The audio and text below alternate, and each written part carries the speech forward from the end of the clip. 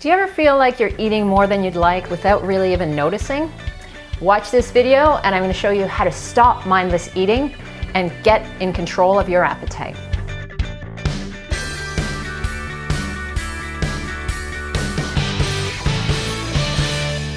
Hi, I'm Ivana. I'm an online nutrition coach specializing in helping people change their relationship with food.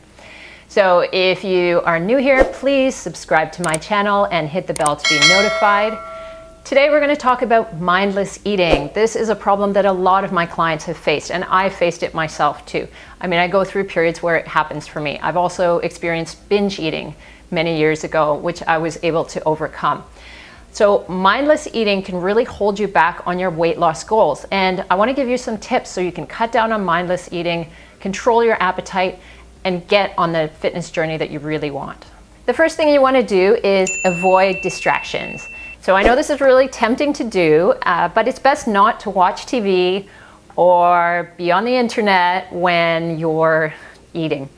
And most of us break this rule quite often. I do myself, although I try my best to kind of fix it when I become aware that I'm spending too much time eating at the same time as I'm on the internet. For me, it's doing work at the same time. So ideally, you're not sitting at your desk at work and chowing down, and then you don't even notice what you've eaten.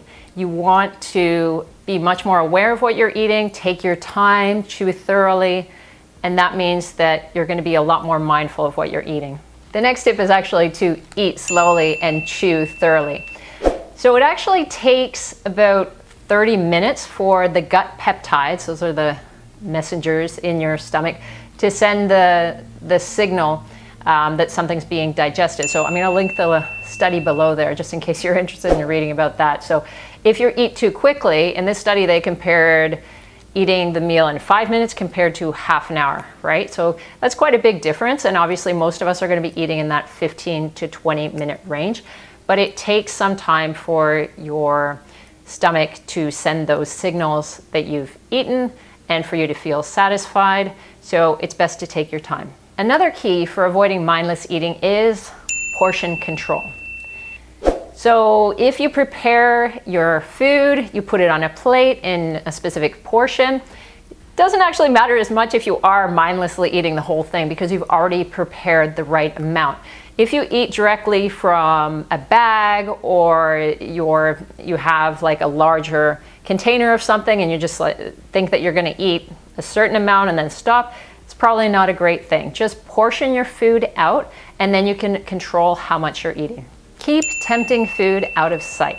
So it doesn't seem like that would be a big deal, like you still know that the food is in the cupboard or you know that it's in the break room at work, but it actually does make a difference. I'm gonna link up a little study there below where they assessed people in the workplace, and if they had a tempting food, I think in this case it might have been M&Ms or something like that, so they had that tempting food either close to them, so within just a meter where they could easily reach it, or in a different room. And it did make a significant difference to how much those people consumed of that treat food. So this could be at work. So if you've got something, do not have an open candy dish or a container of some sort of chocolates right in front of you, staring at you all the time. That's going to be the worst thing for you because you're going to see it there all the time, like, oh, I think I'm going to have some of that.